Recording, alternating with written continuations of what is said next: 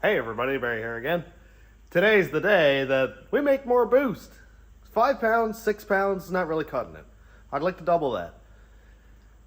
As a prerequisite, I'm not sure about this turbo setup. We'll address that later. Here I have an Innovate SCG1. If you watched my last video on installing the two-step, I gave a 10-second overview on it. But this thing it's a little bit older, I think, but it seems to work just fine. Here's the plug-in for the LSU 4.9 wideband. Here I think is the plug-in that actually plugs into the wideband or into the gauge here, or the map sensor, sorry. Here's I guess that's a 3-port MAC valve, but it's only hooked up as a 2-port. And a couple extra wires over here that I won't be using. This is for serial data and a couple outputs, that kind of thing. But I'm going to hook this up. And I need to figure out what wire here I can potentially log with. I seem to be having an issue with my AEM. My AEM has always been bulletproof. It's always worked. It's never given me an issue. I've went through probably 10 sensors in the last 2 years, but I'll call that my fault. But the other day I was logging and my log said 14.2, 14.3, but my wideband read 13.4, 13.5. The math hasn't changed. The engine hasn't changed. Nothing has changed a week before, a couple days before, where everything worked absolutely perfectly, and it just changed, which kind of scares me. So I'm going to use my AEM as just a regular wideband, and I'm going to see if I can log through this Innovate. Another thing is the two widebands never agreed. I had them both hooked up on the rat rod, one in each pipe, and the Innovate always read a full point leaner than the AEM. Which one is correct? I don't know. If the AEM was reading at 14.5, the Innovate would read 15.5. By that default, I don't know which one is correct. The AEM auto calibrates and I free air calibrated this Innovate. They should be both exactly the same. I switched the plugs on the sensors to switch banks with each gauge and it still did the exact same thing. So maybe the AEM has been bad for a while, and maybe that's why I blew up so many engines, because of lean conditions. Who knows? That was a lot of rambling, I apologize. Here I've got the important bits of the instructions laid out. This shows where each plug goes, and this is an overview of all the little wires I was talking about, so I need to find a diagram for those little wires, and I'll wire that into my AC pressure sensor. That way I can log it through HP tuners. Here is a relay wiring. I'm not sure exactly what that's for, but I'll figure that out in a minute. And here is the plumbing for the hoses to the wastegate. This is for external wastegates here. This is what I'm going to be using. So you use both sides of the port here on the upper part of the wastegate, and you just tee off to the lower. Now I'm going to have to split this to go out to 2 wastegates because I have twin turbos, and we'll do that as I go. If you're not familiar with Desperado, here it is. It's a 2003 Silverado all-wheel drive. I guess I'll call it a regular cab SS, but it's also an Escalade, so I don't really know what to call it. So I call it Desperado. It has an LQ4 6-liter with 243 heads, so it's around 10.5 to 1. And of course you can see twin turbos. Here you can see my gauge is already into my vent pod. I designed this on Fusion, and I actually uploaded it to MakerWorld, so if you want the link, let me know and I'll put it in the comments or the description. And just like my AEM gauge, it pops into this side over here. And then I've got both gauges in my vents and not all across the dash or up pillars, that kind of thing. I like to keep it kind of clean and not really noticeable unless you look for it. My favorite part about these vent gauge pods is the vents are still functional. Obviously it's not going to get the exact same airflow with this big old gauge in the way, but air does come through there and it'll work right as normal. The annoying part about using vent gauges is I need to take the dash off when I go to install them or change any wiring. But it's only a few minutes now that I've got it figured out. This is the vent that I'm going to be using right here, and you can see that it comes back here and turns and goes across this way. So I've got lots of room to drill a hole here to run my wires through. I laid my gauge right here. It's exactly where it's going to be. just to get an idea of where all that wiring is going to go. You can see that it follows pretty much the same profile as the vent, and it's got enough room that I could have it come out right here. I could drill a hole here and it would just come right out. Really, a little bit of the heat, yes, is going to come out through that hole and go in under the dash, but I don't really think it matters because the vents are here, here, over there for the dash, and I don't think having a little bit of warm air going through here is going to be a big deal. And also, I don't like face vents. I very, very rarely use face vents. I always have it on dash and feet because I'm a redhead and my feet are always cold. So this is pretty much a null point anyway. Okay, all right. The gauge is in here.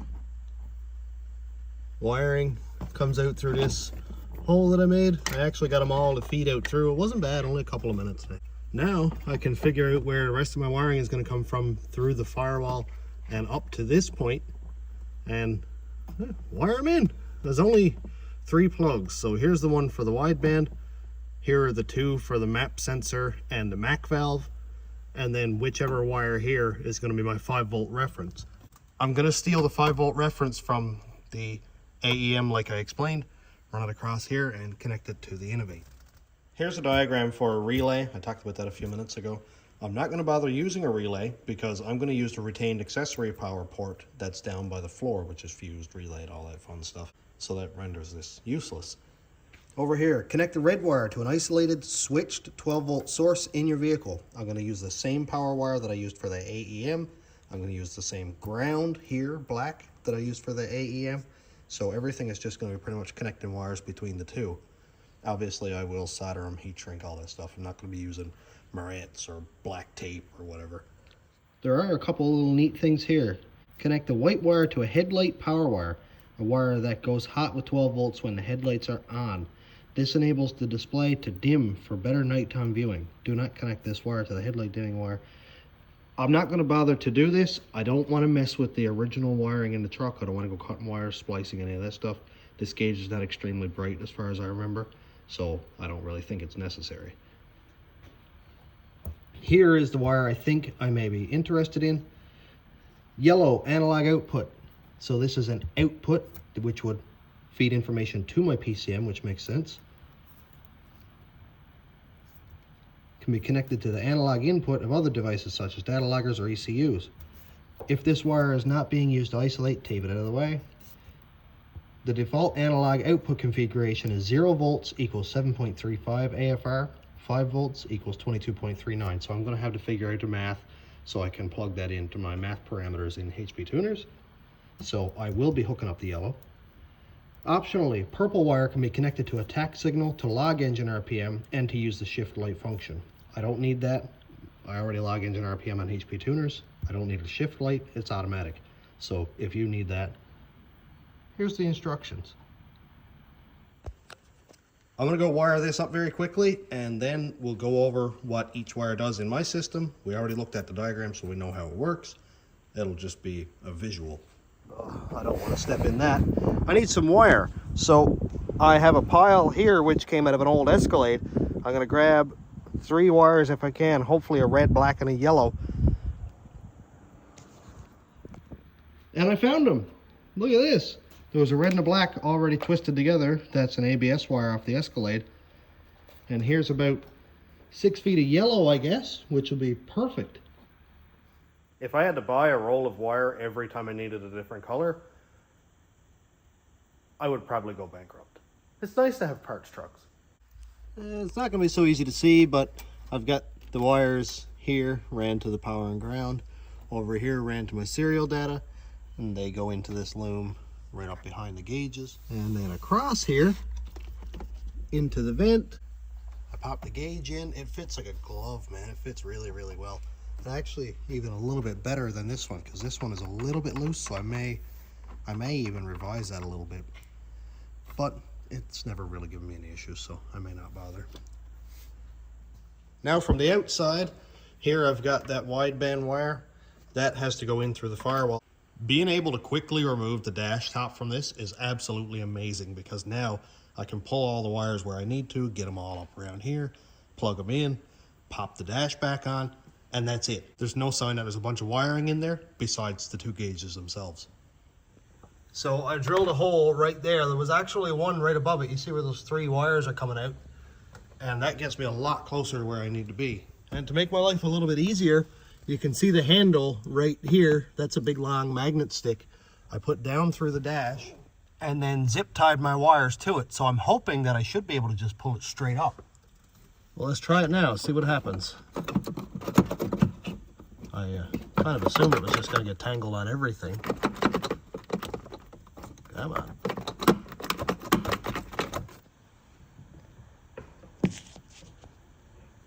I'm on the outside of the windshield here and can cut. Come on. I hate trouble lights.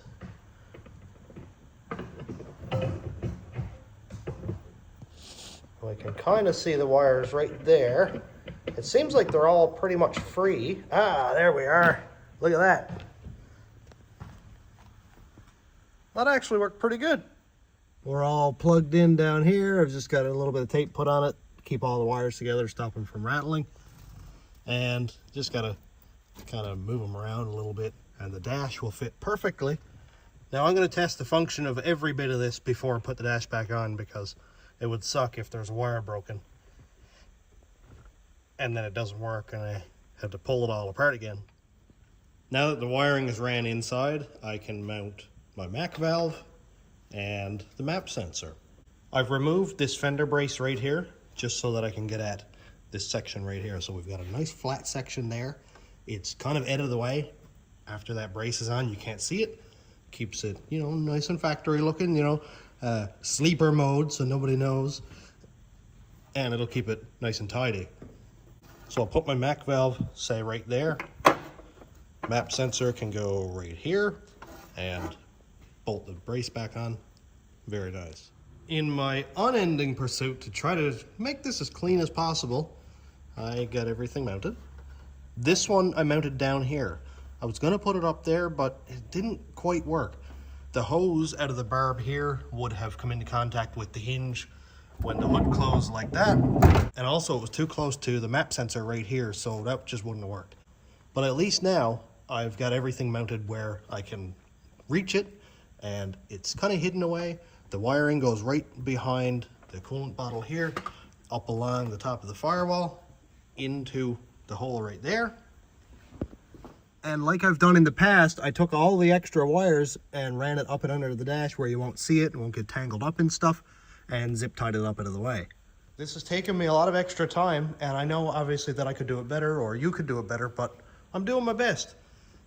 And I'm actually happy with how it's coming out. Now the last thing I have to plug in is my wideband, and I have about, I'll say 6 feet. Like, I've got a nice bit of wire there. I can run that down along the back of the transmission, and I've got lots of extra, and I can put my wideband in my exhaust pipe. We made it to the bottom side of the truck. Here is the wideband plug-in right there. And I want to have this Innovate wideband ahead of my cutout. Originally, my AEM one is back here, and that was before I put on the cutout there. And when I get the cutout open, I get an incorrect reading because, of course, it's back here and most of the exhaust is going that way. So I'm going to put my wideband right here. I know it's kind of a hard spot, but I should be able to get it on a decent angle because I can kind of put it up here in that, I don't know, I'll say 8, 9 o'clock range, 10 o'clock, something like that. And my wideband won't be right out straight like this, but I won't be able to put it vertical. I'd love to be able to do that, but I just don't have room for it. So I think right there is a good spot. It's about 18 inches away from the actual exit, so I won't be worried about having any fresh air being pulled back in here. I don't think that's going to be an issue. And I'll check back when I get that welded in. So I've got the bung welded into the exhaust, nothing big. I need to do a free air calibration on the sensor because these do not auto calibrate. So here's the plug. When I get the sensor off the shelf there, I'll plug it into that after and we'll do a video on it. Right now, I should do the plumbing. Okay, don't make fun of me too much. But I kind of think it actually turned out okay.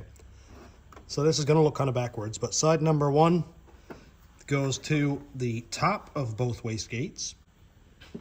Side number 2 comes out here.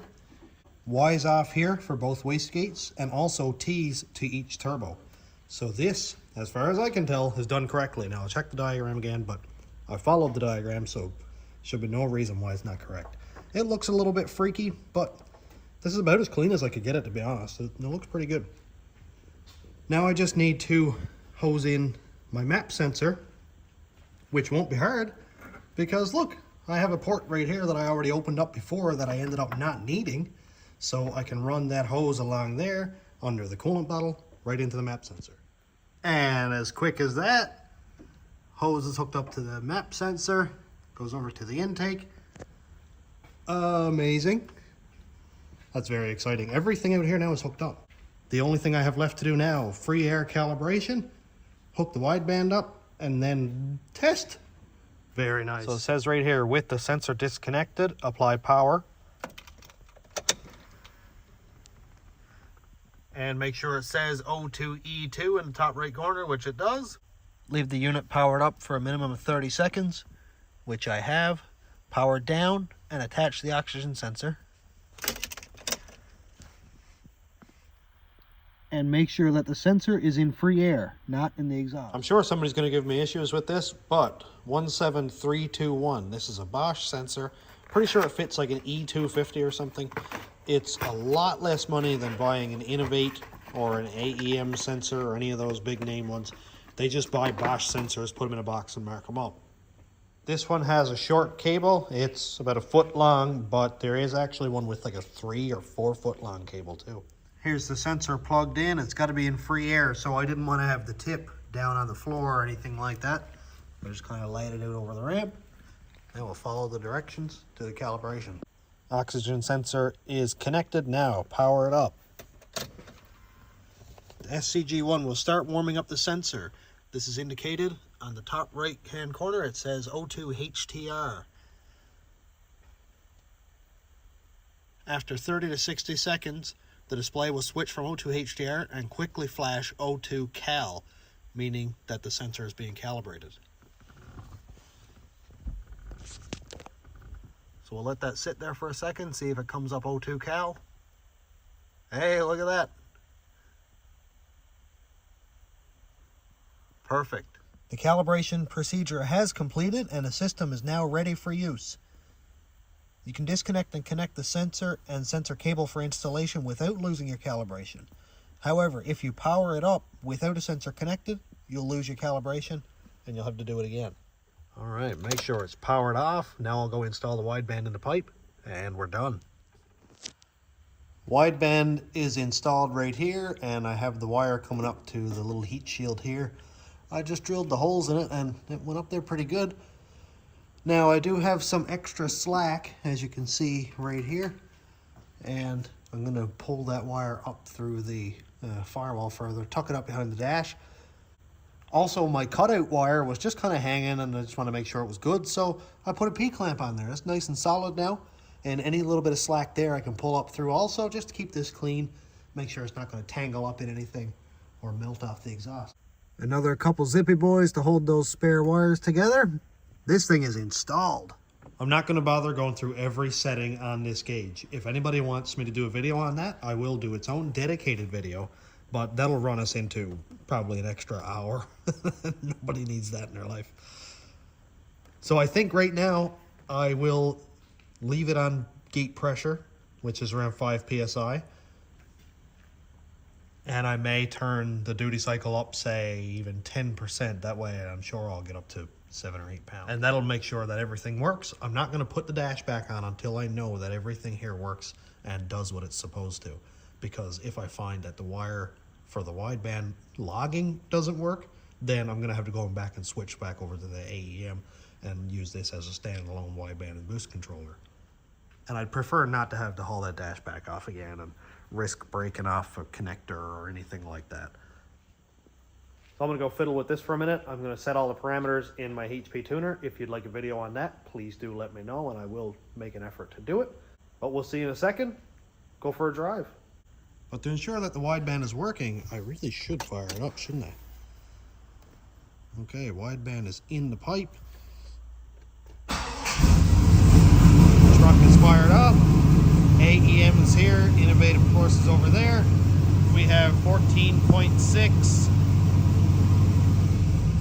That one is still heating up. Usually it takes a minute. Hopefully it's not going to be contrary and it's actually going to work. It's taking some time, isn't it? Oh, here we go. Okay. All right, so we seem to be dancing within range of each other, so that's good. Okay, we're at 15 over here and we're around 15-ish there.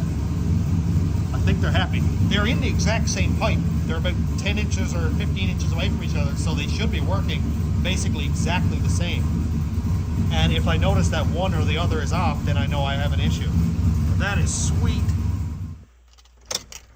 Well, now that everything is hooked up, I'm just going to put this into setup mode, which we hold the left button. This is wastegate duty. It's already on 10%. I must have already had this set up.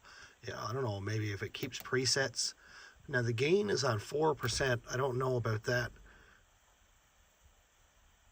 Oh, here we go. So I'm going to set the gain back to 0. And I'm going to go over to spring pressure, because I think my spring pressure is like 5 psi. So I'm going to hold this left button until it blinks, and then I'm going to set it. It says to set it within 1 to 2 psi. If you set it too high, it'll hold boost too long. If you set it too low, it may not build any boost at all. So I'm just going to go 5.1, then hold the 2 buttons.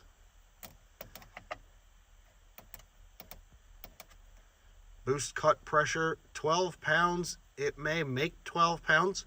If it does, I would prefer it to cut boost. So right now it's set that if it makes 12 psi, it'll cut right back to spring pressure, which is a very, very good idea for this thing. Boost cut percent, 28%. I just checked with the manual and it said recommends cutting boost percent by 100%. What that means is when I hit 12 psi, or say I do, it'll cut 100% of the duty cycle. So it'll basically just only get you spring pressure. If you cut 50%, then it would cut 50% of the duty cycle and you would still build some boost. So that's set up. We're going to cut right back to 6 psi if it does hit 12. I've got my AFR start pressure set to 5.1 psi, which is the same boost that my wastegate is set at. So anywhere above 5.1 psi, if the mixture goes lean, it'll cut boost. One thing that's kind of annoying is this keeps defaulting back to the main screen every time I let go of the button, basically. And so right here, AFR start pressure, 5.1 psi. I go over to here to AFR cut. Now this is a bit too lean for my liking. I'd like that to be back around 13 to 1, even I'll say 12.8. If I find that that's a bit too low of a standard, then I'll set it a little bit higher, because at 5 pounds, I'm pretty much right in this range anyway.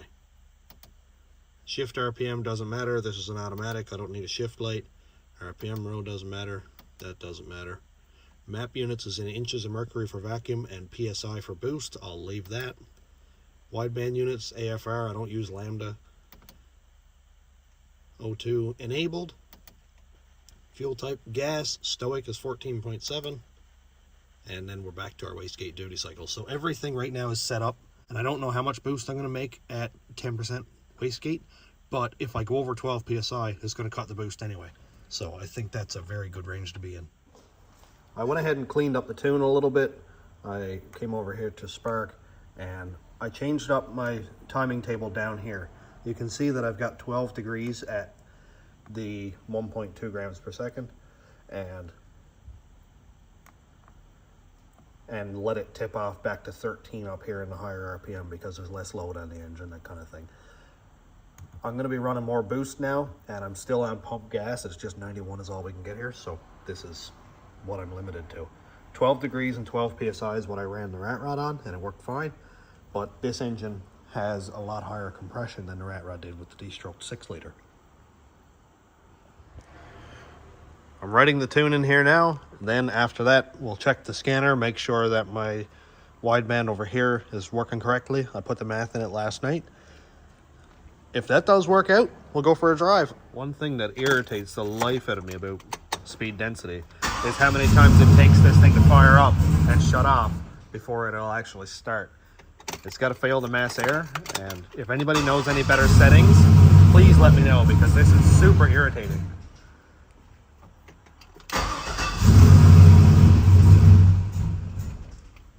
Like, I was at the grocery store the other day, and I think it was like 10 or 11 times that I had to fire it up before it actually stayed running.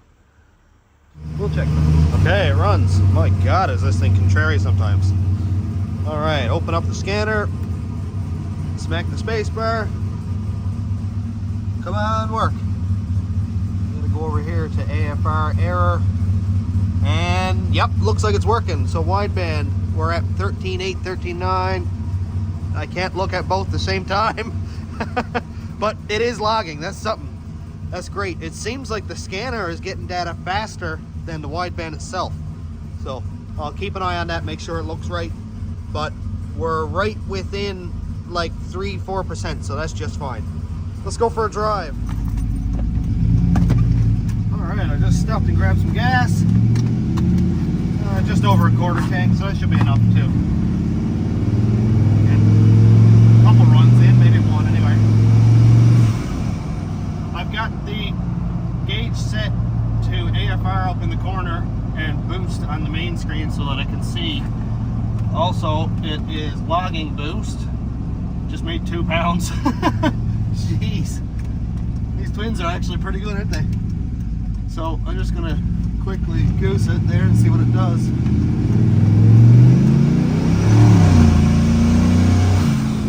Okay, I saw 6.4, I think it was. Let's see what if it recorded anything there quickly. I just want to give it a couple little. Okay, so I saw 6 pounds on the log, and I'm pretty sure I saw 6.4 there on the gauge. Jeez, that's pretty good.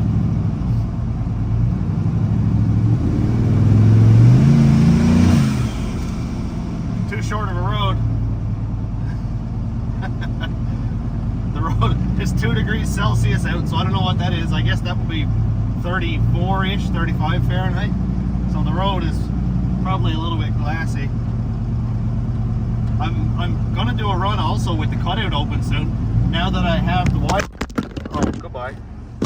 I'm gonna do a run with the cutout open soon also. Now that I have the wideband here ahead of the cutout, I can do an actual good run and not worry that my AFR is off like it was before. I'm gonna bomb around a little bit, get some data for that tune. Then when I get the tune changed, we'll do a 0 to 60 run. See what kind of boost we make and see if there's any improvements. My air fuel apparently is all over the place. I might have cooked the sensor with 2-step, but it's on 16 to 1 right now. But my sensor's reading 13.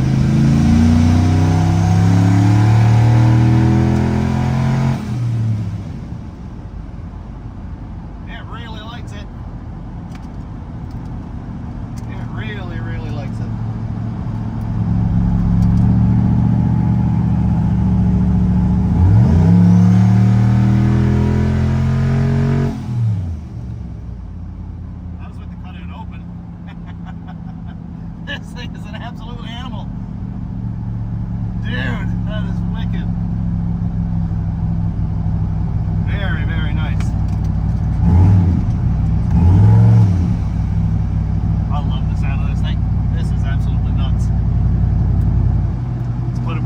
In-town mode, or NPC mode.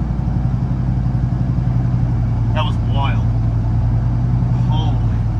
My wideband right now, just at idle, is reading a little bit lean. It's 15.7, and over here on the AEM is 14.1. So I noticed that last night also, that when I did a 2-step launch, it went kind of crazy for a few minutes, and when I fired it up again after, it was fine. So I don't know why that would be, but if there's an issue, I'll fix that later. What an absolute nutcase this thing is. So I'm going to play around with this a little bit more, but this is absolutely enough video for today because I'm sure this is going to be a long one, and I will be cutting out whatever junk I don't need. But how do you guys feel about it? Turbos are making less boost. I don't say that with a smile or with joy or happiness. If the turbos are making less boost, that means either a gate is stuck open again or the turbos themselves are bad, and I have my own thoughts about that because one smokes, and I'll get into that later. But I'm all done for today. If you have any tips, comments, concerns, please let me know. Please comment and say, hey, it could be better if you did this. But for all intents and purposes, this is working. I need to play around with it more and learn its quirks and features, but for right now, it's working just fine. So I'm going to end this right now, go put this truck back together because I'm tired of it looking like a skeleton here. So I'm going to put it back together, and next week we'll come back and maybe do boost controller stuff, maybe do other stuff. I'm not quite sure yet, but there will be a video either way. So thanks for checking out the channel. Thanks to my YouTube members, patrons, and subscribers. If you want to check out my Patreon, it's patreon.com/stationroadratrods. YouTube members link is down here. And thanks for watching. Have a great day, everybody.